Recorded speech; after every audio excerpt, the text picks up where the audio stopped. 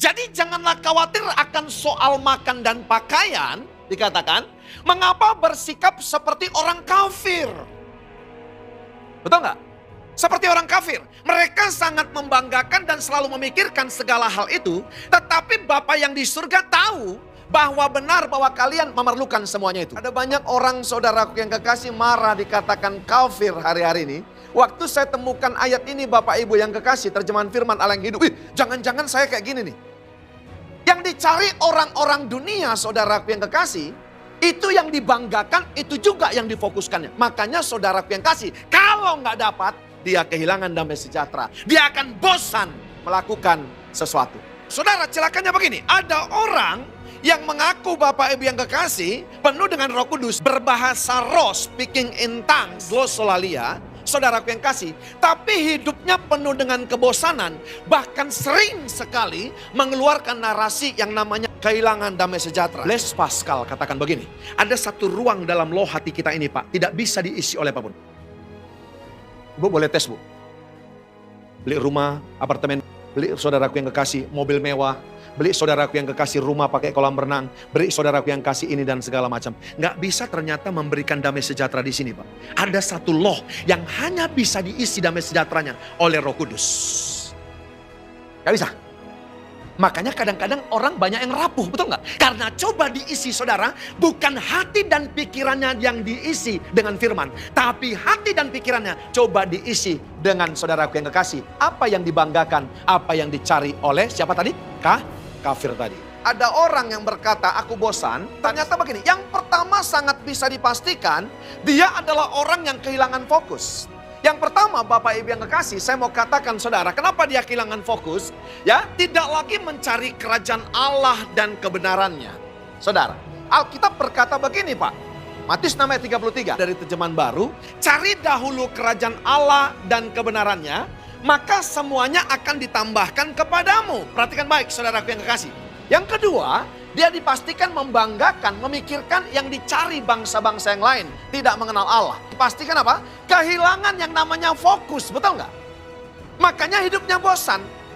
Yang dibanggakan apa Bapak Ibu yang kekasih? Lihat baik saudara, yang dipikirkan juga yang dicari bangsa-bangsa. Ternyata kafir itu Pak. Jangan marah kita ya kalau ada orang yang bilang kita kafir, betul nggak? Saudara, maafkan, waktu saya temukan ini Pak, gawat loh. Roma 14:17 berkata begini, sebab kerajaan Allah bukan soal makan dan minum, tetapi soal kebenaran, damai sejahtera, dan sukacita oleh Roh Kudus. Berarti kalau fokus kita apa yang dibanggakan kafir, makanya kadang-kadang kita mengatakan apa? Kehilangan damai sejahtera. Proyek gak goal, usaha saudaraku yang kekasih agak begini, saudaraku yang kasih, kita gak percaya lagi bahwa segala sesuatunya dilakukan Tuhan, diluaskan Tuhan, ada rencana Tuhan. Yang kedua apa? Bapak Ibu yang kasih, kita gagal memaknai. Tidak lagi mengerjakan segala sesuatunya untuk Tuhan, tapi untuk manusia. Mengejar upah dari manusia dan bukan upah daripada Tuhan. Kolose 3 ayat 23 berkata apa saudaraku yang kekasih? Perbuatlah segala sesuatunya untuk Tuhan dan upahmu daripada Tuhan. Orang kalau sudah hidup Bapak Ibu yang kekasih, dalam dua spektrum ini Bapak Ibu yang kasih, yaitu apa? Kehilangan fokus dan saudara yang kasih gagal memaknai hidupnya, maka muncullah kebosanan. Maka kita akan katakan, aduh mana damai sejahteranya? Betul nggak? Damai sejahtera seperti apa Bapak Ibu? Yohanes 14:17 berkata begini, damai sejahtera kutinggalkan bagimu, damai sejahtera kuberikan kepadamu, dan apa yang kuberikan apa? Tidak seperti yang diberikan oleh dunia kepadamu. Janganlah gelisah dan gentar hatimu. Ternyata Bapak Ibu yang kasih perhatikan baik. Iya kan?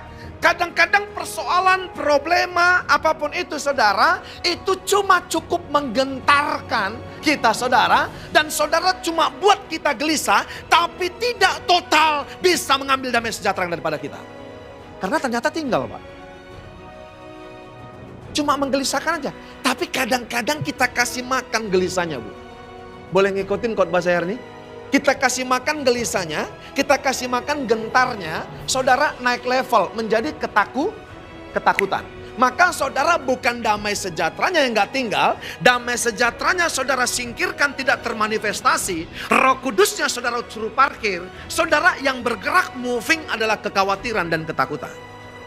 Kalau tidak sama seperti dunia, harusnya respon kita orang-orang yang penuh dengan Roh Kudus. Beda gak? Beda gak? Beda Bapak Ibu. Ketika menghadapi persoalan, ketika menghadapi berkat pun, orang yang penuh dengan Roh Kudus akan berbeda. Dia tidak gagal fokus dan dia bisa memaknai berkat yang ada padanya hari-hari. Kenapa beda dengan dunia? Saudara, damai sejahtera yang ada pada kita dan tidak membuat kita bosan. Karena apa? Sumbernya saudara yang kasih, Roma 15:33 berkata, Allah sumber damai sejahtera menyertai kamu sekalian. Kenapa berbeda saudara yang kasih damai sejahtera yang daripada Roh Kudus? Yang pertama, Alkitab ini berkata tidak rapuh. Alkitab berkata Yohanes 14:27, terjemahan firman Allah yang hidup, aku meninggalkan kalian dengan satu anugerah.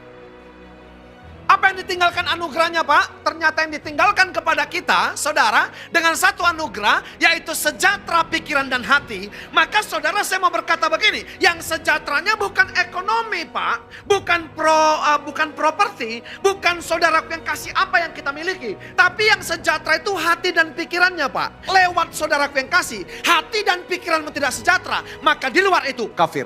Karena yang dipikirkan kafir, saudara yang kasih, adalah yang di luar daripada apa yang dipikirkan Allah, apa yang dipikirkan Tuhan, saudara. Makanya mereka, saudara yang kasih, tidak pernah damai sejahtera dan gampang bosan. Pertanyaannya, kenapa bosan kita sekarang? Kenapa kita, saudara, kita katakan kita klaim kehilangan damai sejahtera? Sebenarnya kita sedang rapuh karena bukan yang dipikirkan Allah kita pikirkan, tapi yang dipikirkan manusia. Saudara, yang kedua, kenapa beda dengan dunia, saudara, damai sejahtera yang ada pada kita dan tidak membuat kita bosan? Karena apa? Melampaui dan memelihara. Damai sejahtera Allah yang melampaui segala akal, memelihara hati dan pikiran dalam Kristus Yesus. Akhirnya saudara-saudara, semua yang benar, semua yang mulia, semua yang adil, semua yang suci, semua yang manis, semua yang sedap didengar, semua yang disebut kebajikan dan patut dipuji, pikirkanlah semuanya itu. Halo, saya mau berkata kepada saudara, pikirkan semuanya itu. Gak mungkin memikirkan kita, saudara yang kekasih, yang benar, yang mulia, yang adil, yang suci, yang manis, yang sedap didengar, yang kebajikan, patut dipuji, saudara. Gak mungkin kita pikirkan itu semua kalau hati dan pikiran saudara tidak sejahtera. Makanya banyak orang kaya, Bapak Ibu yang kasih, orang punya uang, lagi sukses sekarang tokomu, saudara. Yang kamu pikirkan, saudara yang kasih apa? Langsung, saudara, diskotik dan segala macam. Gak ada di sini, mungkin di luar sana, saudara. Kenapa, saudara? Hati dan pikirannya gak sejahtera. Jadi dua alasan kenapa kita, saudara, nggak bisa bosan. Karena damai sejahtera kita berbeda. Yang pertama, saudara, memang beda, saudara. Dia tidak rapuh. Yang kedua, damai sejahtera Roh Kudus itu, saudara, bukan saja tidak rapuh, tapi melampaui segala akal dan pikiran. Jadi nggak masuk akal, Pak. Kalau ada orang penuh dengan Roh Kudus masih melakukan kejahatan, masih porno, masih saudara yang kekasih jelek, masih menjatuhkan orang. Roh Kudus yang mana dalam kehidupanmu? Karena apa, saudara? Melampaui segala akal dan pikiran.